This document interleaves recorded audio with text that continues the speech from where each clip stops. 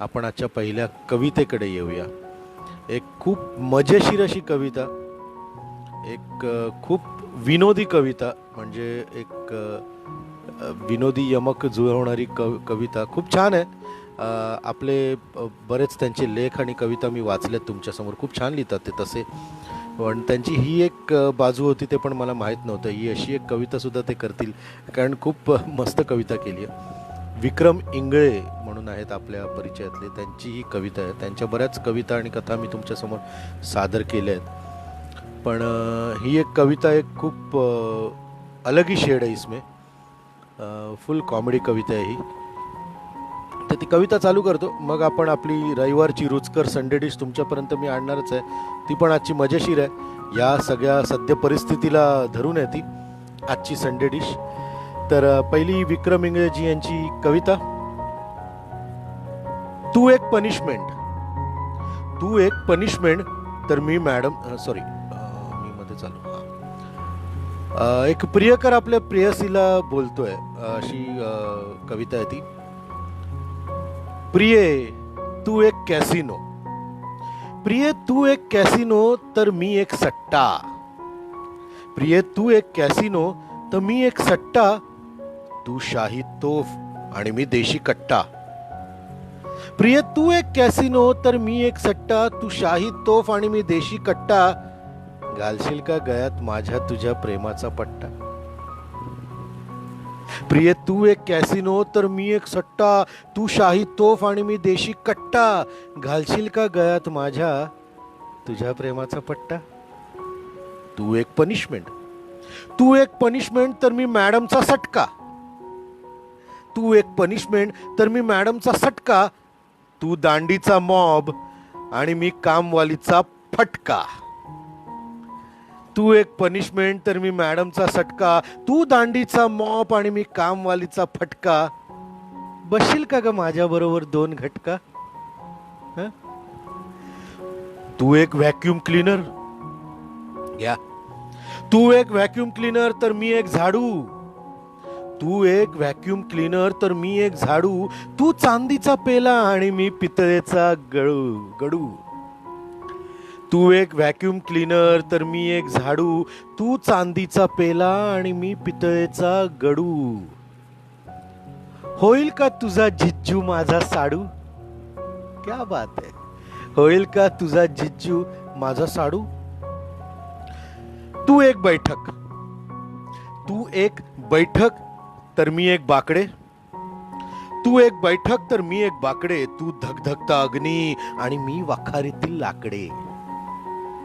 तू एक बैठक, तर मी एक बाकडे. तू धगधगता अग्नी आणि मी वाखारीतील लाकडे. घालू का मी तुला साकडे. केवढं ते प्रेम, बापरे. म्हणजे तू गॅसचा फुगा, बघा. तू गॅसचा फुगा, तर मी सुटलेली हवा. तू गॅसचा फुगा, तर मी सुटलेली हवा. तू नॉनस्टिक पॅन आणि मी लोखंडी तवा. वा वा वा वा. तू गॅसचा फुगा, बघा. तू गॅसचा फुगा, तर मी सुटलेली हवा. तू नॉनस्टिक पॅन आणि मी लोखंडी तवा. वा वा वा वा वा. तू शहरातील करीना. सैफ आला आता याच्या अंगात. तू शहरातील करीना, तर मी गावचा बाळू. तू शहरातील करीना, तर मी गावचा बाळू. तू गालावरील पिंपल आणि मी नको तिथला गळू. तू शहरातील करीना, तर मी गावचा बाळू. तू गालावरील पिंपल आणि मी नको तिथला गळू. मी एक पागोट, मी एक पागोट तर तू जरी पटका. जब बात. मी एक पागोट तर तू जरी पटका. तू लास वेगस, तू लास वेगस आणि मी मटका. म्हणजे लास वेगसला मटकाच खेळतात ना सगळीजण. It's a city of casinos. तर मी एक पागोट तर तू जरी पटका. तू लास वेगस आणि मी मटका. मी फुकट, बरं का मंडळी, मी फुकट तर तू अमूल्य. मी फुकट तर तू अमूल्य. तू 5 स्टारची कॉफी आणि मी अमृत तुल्य. मी फुकट तर तू अमूल्य. तू 5 स्टारची कॉफी आणि मी अमृत तुल्य. आहे का ग तुझ्या नजरेतून माझे काही मूल्य? हा आहे का? आणि हा तर भन्नाटच आहे. तू एक्सप्रेस वे, तू एक्सप्रेस वे तर मी एक खड्डा. तू एक्सप्रेस वे तर मी एक खड्डा. तू फनफेअर आणि मी गड्डा. तू एक्सप्रेस वे तर मी एक खड्डा. तू फनफेअर आणि मी गड्डा. प्रिये चल ना जमू आपल्या प्रेमाचा अड्डा. म्हणजे हे काय जे काय तुम्हाला सुचलंय ना विक्रमजी, अप्रतिम आहे, भन्नाट, अद्भुत, अविस्मरणीय. पण छान लिहिली आहे, मस्त. एक यमक जुळवत गेलात तुम्ही. एक विनोदी कविता म्हणून मस्त आहे. आणि आता वळूया आपल्या रविवारची रुचकर संडे डिश. मंगेश मधुकर तसे खूप चांगले शेफ आहेत या संडे डिशसाठी, आणि ते माझ्यापर्यंत तुमच्यासाठी दर रविवारी एक संडे डिश पोचवतच असतात. ह्या रविवारी ना त्यांनी मला 2 वेगवेगळ्या डिशेस दिल्यात, खूप छान आहेत. आणि या रविवारच्या संडे डिशची कथा आहे, म्हणजे जी काय संडे डिशचं नाव आहे ते आहे बेदर्दी सर्दी. या रविवारच्या संडे डिशचं नाव आहे बेदर्दी सर्दी. सुरुवात करतोय. कानात दडे बसले, घसा खवखवायला लागला, नाक बंद पडले, नाकातून पाणी येऊ लागले, डोळे चुरचुरू लागले, अधूनमधून खोकला येऊ लागला. किंचित डोकं दुखतं असं वाटू लागलं तर समजावे. किंचित डोकं दुखतं तर असं वाटू लागलं, किंचित डोकं दुखत आहेत असं वाटू लागलं की समजावे की ती येऊ घातली आहे. ती ती हो ती हो ती ती म्हणजे कोण माहित नाही? अहो ती म्हणजे सर्दी. सर्दी अतिशय सर्वसामान्य आजार, प्रत्येक जण याचा लाभार्थी. त्यामुळेच सर्दीस्त झाली आहे ना, त्यात काय एवढं? सर्दीस्त झाली आहे ना, त्यात काय एवढं? असं सर्रास म्हटलं जातं.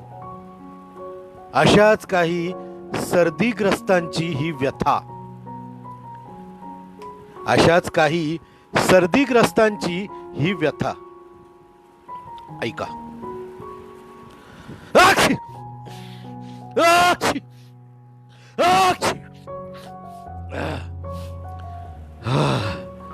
सलग 3 वेळा मोठा आवाज करीत तात्याराव शिंकले. बरं का, 4 चौघांना सहज ऐकू जाईल अशा रीतीने ते शिंकत. शिंकताना ते एवढ्या मोठ्याने आवाज करीत की आजूबाजूचे लोकांना. हा इंटरनेटचा प्रॉब्लेम झाला मध्येच, सॉरी. फक्त लाईव्ह आहे ना, मला फक्त तेवढं सांगा. कोणतरी इंटरनेटचा प्रॉब्लेम झालेला, मध्येच व्हिडिओ ऑफ झालेला. लाईव्ह आहे ना मी, फक्त मला तेवढं सांगा. आज माझ्याकडे नेटचा प्रॉब्लेम झाला. राईट. तर सलग 3 वेळा मोठा आवाज करीत तात्याराव शिंकले. 4 चौघांना सहज ऐकू जाईल अशा रीतीने ते शिंकत. शिंकताना ते एवढ्या मोठ्याने आवाज करीत की आजूबाजूच्या लोकांना ऑकवर्ड वाटावं. आताही नाक वाहत होतं, अधूनमधून शिंका येत होत्या, हातात रुमाल आणि शांत झोप नसल्यामुळे चुरचुरणारे डोळे. थोडक्यात जाम सर्दी झालेले 65ल्या घरातले तात्याराव शाळेच्या कार्यक्रमासाठी निघालेले. तात्या जरा ऐका, तब्येत बरी नाहीये, आज नका जाऊ प्रोग्रामला. वैतागून मोठा मुलगा रावजी म्हणाला, उगा आपलं काय बी बोलू नका. अरे मी अध्यक्ष हाय. अहो पण तब्येत, अरे नुसती सर्दीच तर आहे, त्याचं काय एवढं कौतिक करायचं. तात्या तात्या अहो एक डाव विचार करा. अहो तुम्हाला बशिवणार नाहीत ते. तात्यांनी कोणाचंही ऐकलं नाही. त्रास होता पण हट्टाने ते कार्यक्रमाला गेलेच. त्याला कारणही तसंच होतं. आजच्या कार्यक्रमाला भाऊसाहेब, त्यांचा राजकीय विरोधी पण येणार होता. त्याच्यासमोर मिरवायची संधी बेरकी तात्यांना सोडायची नव्हती. तात्याराव आणि भाऊसाहेब तालुक्याच्या राजकारणातले दोन बडी प्रस्थ, एकमेकांचे हाडवैरी. गावातील शाळेचा वार्षिक कार्यक्रम सुरू झाला. मुलांनी आणि पालकांनी हॉल खचाखच भरलेला. सर्दीने हैराण तात्याराव नाकातले येणारे पाणी खांद्यावरच्या पंचाने पुसत अस्वस्थ बसलेले. एक दोनदा शिंका आल्या पण मोठ्या मुश्किलीने त्या कंट्रोल केल्या. भाऊसाहेबांना त्यांची अवस्था लक्षात आली. ते म्हणाले, तात्या, ओ तात्या, अहो तुम्हाला घरी जायचं तर जावा, मी आहे इथं. तात्यांनी नकारार्थी मान डोलावली. भाऊसाहेब पण खडूसपणे हसले. तात्या चिडले पण शांत राहिले. भाऊसाहेबांचं भाषण सुरू झालं. नेहमीप्रमाणे आपलीच टिमकी ते वाजवू लागले. तेवढ्यात नेहमीसारखा मोठा आवाज करीत तात्याराव जोरात शिंकले. सगळ्यांचं लक्ष तिकडे गेलं. काही क्षणात तात्याराव आपला डावा हात पोटावर ठेवून काहीही न बोलता फक्त हातवारे करू लागले.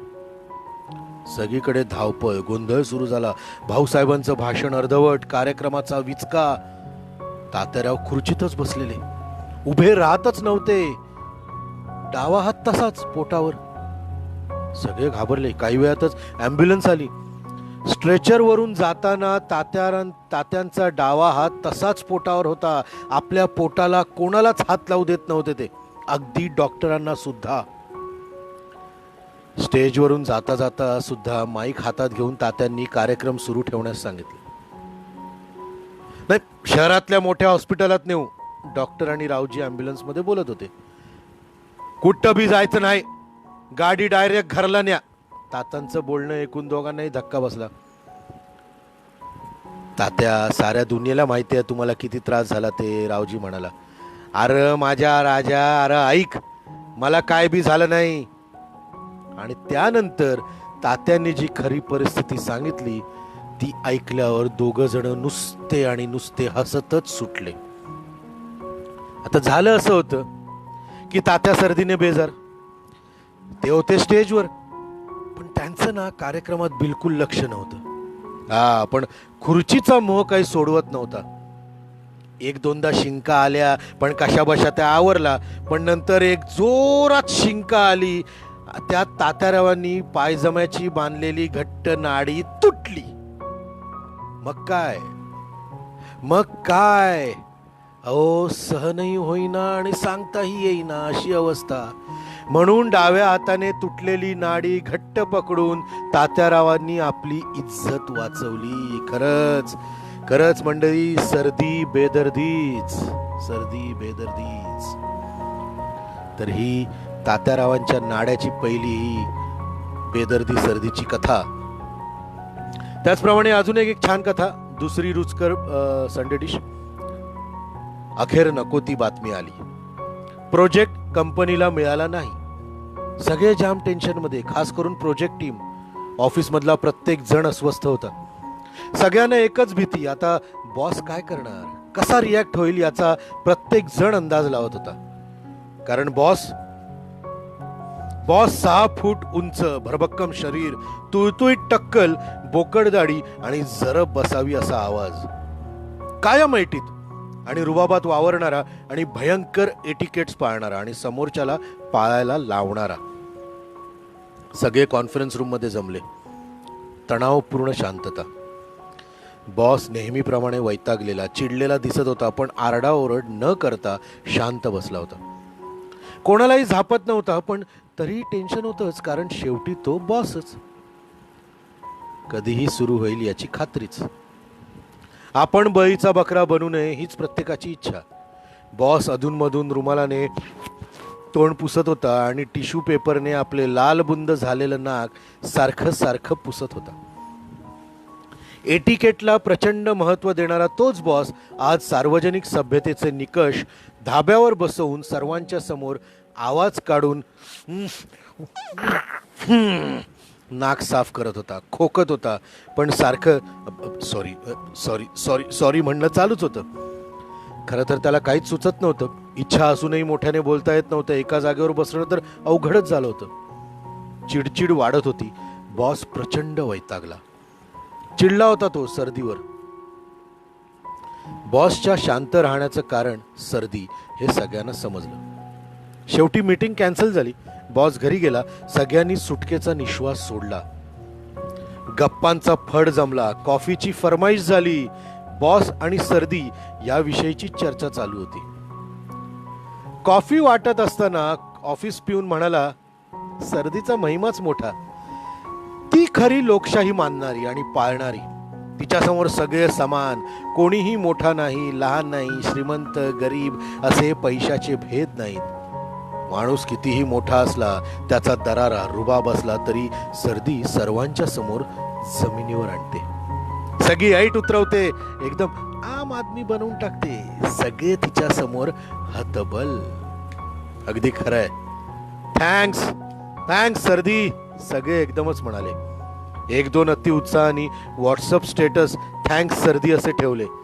त्यांना लगेच बॉसचा रिप्लाय, सर्दी तो 2-3 दिन की मेहमान है, उसके बाद आप और मैं. खोकला. सर्दी तो 2-3 दिन की मेहमान है, उसके बाद आप और मैं. खरंच सर्दी आणि बॉस दोघेही बेदर्दीच. अशा या दोन संडे डिश. सर्दीला कायमच टेकन फॉर ग्रँटेड घेतलं जातं. प्रत्येकाची सर्दीला सामोरं जाण्याची आपापली पद्धत असते. कोणी जगाला दाखवत फिरतात तर कोणी लपवण्याचा प्रयत्न करतात. कोणी संकोच बाळगतात तर कोणी शर्मेने मान खाली घालतात. माणूस लहान असो की मोठा, श्रीमंत असो वा गरीब, स्त्री असो वा पुरुष, सर्दी से कोई बचा नहीं है. पण एक मात्र नक्की, सर्दी भल्या भल्यांना हैराण करते, बेजार करते, जेरी सांडते. चार चौघात नाक पुसायला लावून शर्मो हया के पर्दे गिरा देती है ये बेदर्दी सर्दी. शर्मो हया के पर्दे गिरा देती है ये बेदर्दी सर्दी. तर अशा या सर्दीमय दोन रुचकर अशा रविवारच्या संडे डिश मंगेश मधुकर यांच्या मजेशीर होत्या. म्हणून मी कविता सुद्धा ती मजेशीर अशी निवडली. विक्रम इंगळे यांची एक म्हणजे ती कमालच होती कविता. प्रिय तू एक कॅसिनो तर मी एक सट्टा. हा हा हा, क्या बात आहे. छान होत्या. तर मंडळी अशा लाईट नोटवर आज एक तर कारगिल विजयश्री, तो विजय दिन आपला, आणि एक 26 जुलैची एक जुनी आठवण. पण तरीही या दोन कथा म्हणजे ही संडे डिश आणि आपली एक ती छान विक्रम इंगळे यांची कविता सादर करताना खूप मजा आली. तर सर्वप्रथम परत एकदा विक्रम इंगळे आणि मंगेश मधुकर तुमचे मनपूर्वक आभार. तुम्हाला धन्यवाद. तुम्ही ही छान छान तुमचं साहित्य माझ्यापर्यंत पोहोचवलं, सादर करायला असाच सहकार्य राहू द्या.